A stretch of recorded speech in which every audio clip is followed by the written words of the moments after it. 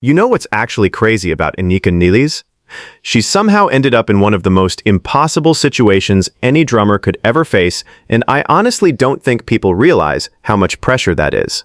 Because the second your name gets connected to Rush, and especially Neil Peart, people start looking at you differently, immediately. And recently, Anika said something in an interview that honestly made me stop for a second. She explained that some of Neil Peart's sound didn't come from the drums themselves.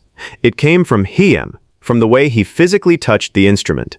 And the reason that hit people so hard is because deep down, every Rush fan already knew that was true.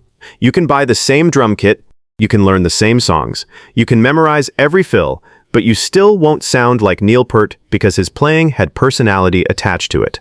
It felt human. And honestly, that's why this whole conversation around Anika became so emotional online. Because after Neil passed away in 2020, most fans truly believed Rush was over forever. Not taking a break over. Actually over. And I understood why people felt that way, because Neil didn't feel replaceable at all. The chemistry between those three guys was too specific. So now when fans suddenly hear Anika Nilles' name connected to Rush discussions, of course people are going to react emotionally. Some people got excited immediately. Other people hated the idea instantly. But what's interesting is that Anika never came into this acting arrogant. She never sounded like somebody trying to become the next Neil Peart. If anything, she sounds like somebody who fully understands why fans are protective over his legacy. And honestly, that may be the exact reason people are finally starting to accept her. And honestly, I think the reason people are slowly warming up to Anika Nilles is because she doesn't feel fake about any of this. Like, you can tell when somebody is chasing attention. You can tell when somebody secretly enjoys being compared to a legend. But Anika doesn't come across like that at all. She actually sounds careful whenever she talks about Neil Peart, almost like she understands how emotional this subject is for people. And let's be real for a second, Rush fans are intense. I mean that in a good way, but also in a terrifying way if you're another musician stepping into that world. Because these fans didn't just casually listen to Rush. A lot of them grew up with this music. Some people became drummers because of Neil. Some people connected Rush songs to entire periods of their life. So the second another drummer gets connected to that legacy, emotions explode immediately. And honestly, I get it. Neil wasn't just technically great. The guy had personality behind the kit. That's the part people struggle to explain unless they really watched him play. His drumming sounded like somebody thinking out loud. It was complicated, but somehow emotional too. And apparently Anika understands that better than most people. That's why her comment about Neil's sound coming from the way he physically touched the drums hit fans so hard. Because she wasn't talking like a fan trying to impress people. She was talking like a musician who genuinely understood what made him special. And then things got even crazier when reports started coming out about her rehearsing with Geddy Lee. That's when people online really started paying attention. Because suddenly this wasn't just some random interview anymore. Now fans were sitting there thinking, wait, is something actually happening here?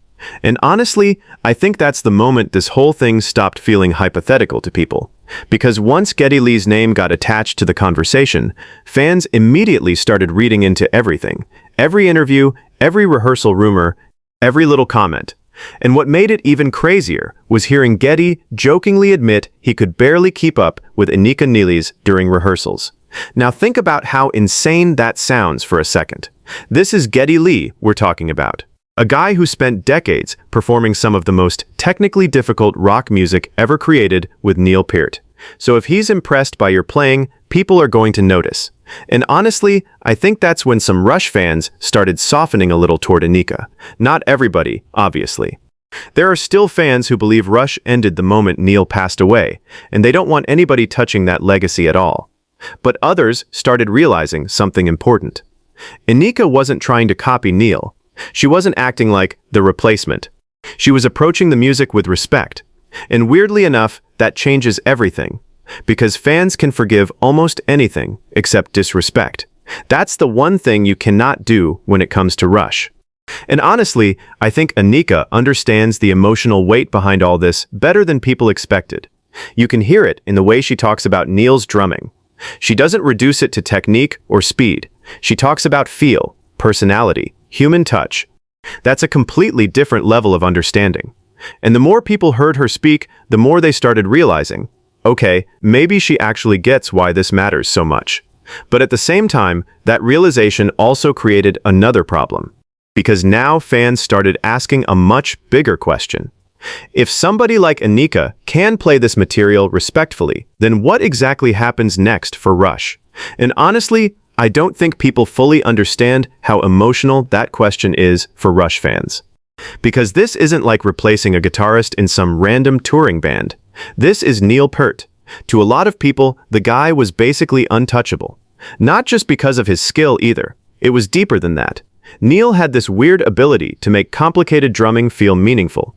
Like the drums were actually saying something. And if you watch old Rush performances, you can feel it immediately. The chemistry between Neil, Geddy Lee, and Alex Lifeson felt natural in a way that's honestly rare in music. That's why fans reacted so emotionally after Neil passed away in 2020. A lot of people weren't just sad, they genuinely believed Rush could never exist again in any real form.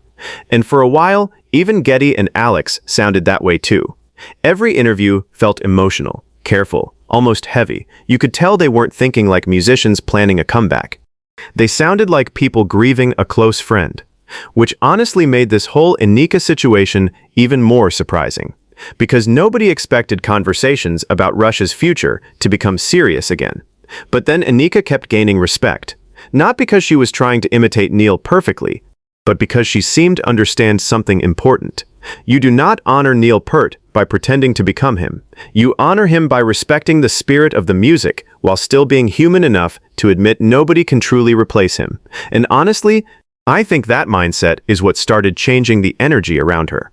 Because at first, people were defensive immediately. But the more they heard her speak, the more they realized she wasn't approaching this from ego. She sounded like a fan herself, a musician who genuinely admired what Neil created. And that matters way more than people think, especially in a fan base this loyal. Because once Rush fans believe your intentions are real, everything changes. And suddenly, the conversation stops becoming, she can never replace Neil, and starts becoming, okay, but maybe she understands why nobody ever could. And honestly, that right there may be the biggest reason Anika Nilles didn't get completely rejected by the fan base. Because people expected arrogance. Instead, they got honesty. And I think fans could feel that immediately. Like, imagine how easy it would have been for another drummer to come into this situation talking about technique, speed, or how prepared they are to play Neil Peart's material. But Anika didn't really approach it that way. She kept bringing the conversation back to feel, touch, personality. That's a totally different mindset. And honestly, I think that's because she understands Neil's drumming wasn't impressive only because it was difficult. A lot of musicians can play difficult things. Very few can make technical music feel alive. Neil somehow did both at the same time. That's why Rush fans protect his legacy so aggressively. Because to them, this isn't just about songs, it's about emotion, memory, identity. And the more I think about it, the more I realize this whole conversation around Anika isn't really about replacement anymore. It's about trust. Do fans trust her intentions? Do they believe she respects the music enough? Do they feel like she understands the emotional weight behind all this? And honestly, I think more people are slowly starting to say yes, especially after hearing stories about rehearsals with Geddy Lee. Because apparently, the chemistry surprised people. Not in a Rush is back kind of way necessarily, but in a way that made fans stop and think for a second. Like, maybe these songs still have life left in them. And that's where the conversation becomes complicated.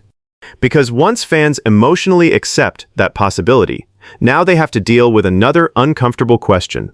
Should Rush continue at all? Some people say absolutely not. To them, the band ended with Neil, period. Others feel the music deserves to survive, especially if the people involved are approaching it respectfully. And honestly, I can understand both sides completely. Because when a legacy becomes this important to people, there's no easy answer anymore. And honestly, I think the hardest part of this entire situation is probably happening behind the scenes. Because while fans online argue about whether Rush should continue or not, you have to remember something: for Geddy Lee and Alex Lifeson, this isn't just business. They lost somebody they spent most of their lives with. And I think people forget how deep that bond probably was. These guys toured together for decades. They built an entire world together. So every Rush song probably carries memories attached to it now. That's what makes this emotional. Because even if they want to play music again, that doesn't automatically make it easy. In fact, I'd imagine some songs are probably painful to even hear now. And honestly, that's why I think Anika's approach matters so much. She never comes across like somebody trying to force herself into that history. If anything, she sounds aware of how delicate the situation is. And I think musicians notice that too, because there's a huge difference between confidence and ego. Anika clearly has confidence in her ability. You can hear it in her playing, but she doesn't talk like somebody trying to compete with Neil Peart. That would be impossible anyway. And honestly, the more I hear her speak about him, the more I think she understands something many fans already feel deep down. Neil's greatness wasn't only technical, it was spiritual, in a weird way. The guy's personality came through the drums. That's why Rush music felt so personal to people. And maybe that's also why this situation has become bigger than just another rock story online. Because what fans are really watching right now is something deeper. They're watching people figure out how to honor somebody who meant everything to the identity of a band. And that's not easy. Honestly, I don't even know if there's a correct answer here. No matter what happens, somebody's going to be upset. If Rush never touches the stage again, some fans will feel heartbroken. If they do continue in some form, other fans will feel betrayed. That's how massive Neil Peart's legacy really is. And honestly, I think that's the part that makes Anika Nilles' position so terrifying. Because no matter what she does, people are going to compare her to Neil Peart. That pressure never disappears. And let's be real, that's not a normal comparison. Neil isn't viewed like some great drummer from the past. To a lot of musicians, he's almost viewed like this mythical figure, the standard, the guy everybody studied. Which honestly makes it even crazier that Anika didn't run away from these conversations completely, because most people would. Most drummers would probably avoid anything connected to Rush just to escape the backlash alone. But instead, she stepped into the conversation carefully, respectfully, and honestly, smarter than a lot of people expected. And I think fans started noticing little things. For example, she never over-explains herself. She never sounds desperate for approval. She talks about Neil almost the way a longtime fan would talk about him, like somebody who understands how unique he really was. That matters, especially because the internet was already prepared to tear this situation apart before it even started. The second reports came out about rehearsals with Geddy Lee. People immediately started arguing online. Some fans got excited instantly. Others were angry before hearing a single note. And honestly, I understand why emotions got that strong. Because Rush feels personal to people. This isn't background music for a lot of fans. These songs became part of their identity growing up. That kind of emotional attachment changes how people react to everything. But weirdly enough, the more people listened to Anika speak, the more the conversation shifted. At first, fans were asking, who does she think she is? Now, more people are asking, could she actually be one of the few drummers who understands this music emotionally? And honestly, that's a huge difference. Because once fans start believing your intentions are genuine, they become more willing to listen. Not everybody, obviously. There will always be people who believe Rush should stay frozen in time forever after Neil's death. But others are starting to realize something difficult. Honoring a legacy and continuing music are not always the same thing as disrespecting it. And honestly, I think that realization is what's making this entire situation so emotional for people. Because once you stop looking at Anika Nilles as the person replacing Neil Peart, the whole conversation starts feeling different. Now it becomes about preservation, about legacy, about whether music this important should completely disappear forever just because the original lineup can never exist again. And that's a hard question, because part of me understands the fans who say Rush ended with Neil. I really do. The chemistry between those three guys was unreal. Geddy Lee, Neil, and Alex Lifeson felt connected in a way that's honestly rare in music. You can't manufacture that. You can't recreate decades of friendship, trust, and history overnight. But at the same time, I also understand the other side. The side that says music like this deserves to keep breathing somehow. Especially when the people involved are approaching it carefully and respectfully. And honestly, I think that's why Anika keeps gaining more support. Because the more she talks about Neil, the clearer it becomes that she isn't trying to erase his identity from the music. If anything, she's constantly reminding people why he was so special. Her comments about Neil's sound, coming from the way he physically touched the drums, really changed how a lot of fans viewed her. Because that's not something you say if you only care about technique. That's something you say when you truly understand how personal music can become. And maybe that's the real reason this story exploded online. Not because people think Anika is the next Neil Peart, but because fans are watching somebody navigate one of the most emotionally dangerous situations in rock music with actual humility, which honestly feels rare nowadays, especially online, where everybody usually wants attention, headlines, and controversy. Anika feels different, and I think Rush fans can sense that too. And honestly, the more this story keeps developing, the more I realize people aren't really scared of change. They're scared of losing the feeling Rush gave them. That's the real fear underneath all of this. Because when fans hear songs connected to Neil Peart, they're not just hearing drums, they're hearing memories, entire periods of life. And once somebody means that much to a band's identity, fans start protecting the music almost like family. That's why reactions to Anika Nilles became so emotional so quickly. People weren't judging her as just another drummer. They were judging whether she understood the emotional responsibility attached to Rush's music. And honestly, I think over time, more people started believing she does. Not because she's trying to imitate Neil perfectly, but because she respects what made him impossible to imitate in the first place. That's a huge difference. And weirdly enough, I think that's why even some skeptical fans started calming down a little. Because Anika never talks like somebody trying to take ownership of Rush. She talks like somebody standing near something sacred and trying not to damage it. That energy matters more than technical skill, honestly, especially to a fan base this loyal. And the crazy part is, the deeper this conversation gets, the less it even feels like a normal music discussion anymore. Now it feels philosophical almost. Like, what exactly keeps a band alive? Is it the original members, the songs, the chemistry, the feeling fans get when they hear the music? Because clearly, even years after Neil's passing, Rush still means something massive to people. You can feel it every time fans debate this online. Some people still refuse to accept any version of Rush without Neil, and honestly, nobody can blame them for that. But others are beginning to accept a difficult reality. Legends may be irreplaceable, but the inspiration they leave behind can still move forward. And honestly, I think that's the line Anika has been trying to walk this entire time. And honestly, after looking at this whole situation from every angle, I think the biggest reason people connected with Anika Nilles is because she never treated Neil Peart like a challenge to conquer. She treated him like a legacy to respect. And that completely changed the energy around her. Because fans can sense intention. They can tell when somebody is chasing headlines.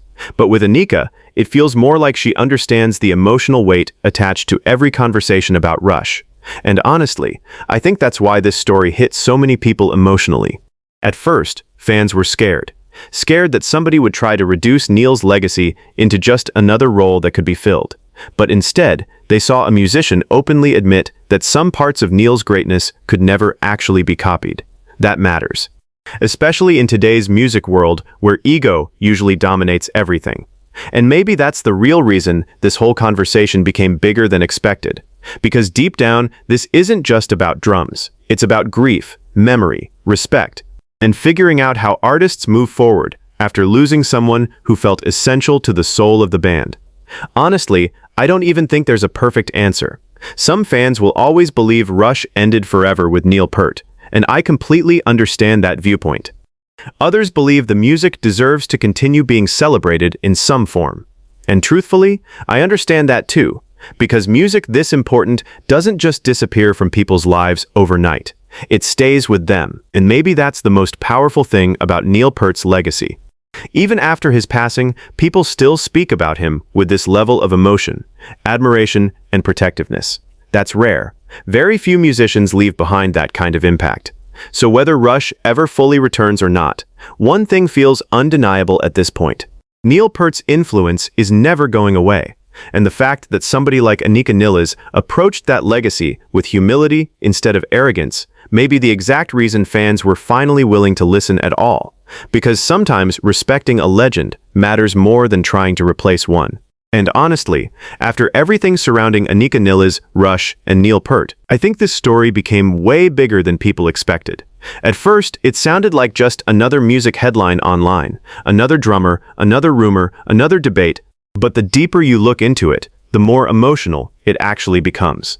Because this was never really about whether somebody is talented enough to play Rush songs. There are plenty of technically skilled drummers in the world. That's not the hard part. The hard part is understanding why Neil Peart meant so much to people in the first place. And honestly, I think that's the reason fans slowly started respecting Anika more. Not because she claimed she could replace Neil, but because she openly admitted that certain things about him could never truly be duplicated. That takes humility, especially in a music industry where everybody usually wants to prove they're the greatest. And maybe that's why this entire conversation became so emotional online. Because fans weren't protecting a drum seat. They were protecting memories. For some people, Rush helped them through difficult periods of life. For others, Neil Peart inspired them to become musicians themselves. That kind of connection changes everything. And honestly, I don't think there's a perfect answer to any of this. Some fans will always believe Rush ended forever the day Neil passed away. Others believe the music deserves to continue being celebrated somehow. And truthfully, both sides make sense. Because when somebody's legacy becomes this important, every decision feels emotional. But one thing I think almost everybody agrees on now is this. Anika Nilles approached this situation with respect. Not ego, not arrogance, respect. And in a fan base as passionate and protective as Rush fans, that matters more than people realize. Now I want to hear what you think. Do you believe Rush should continue in some form?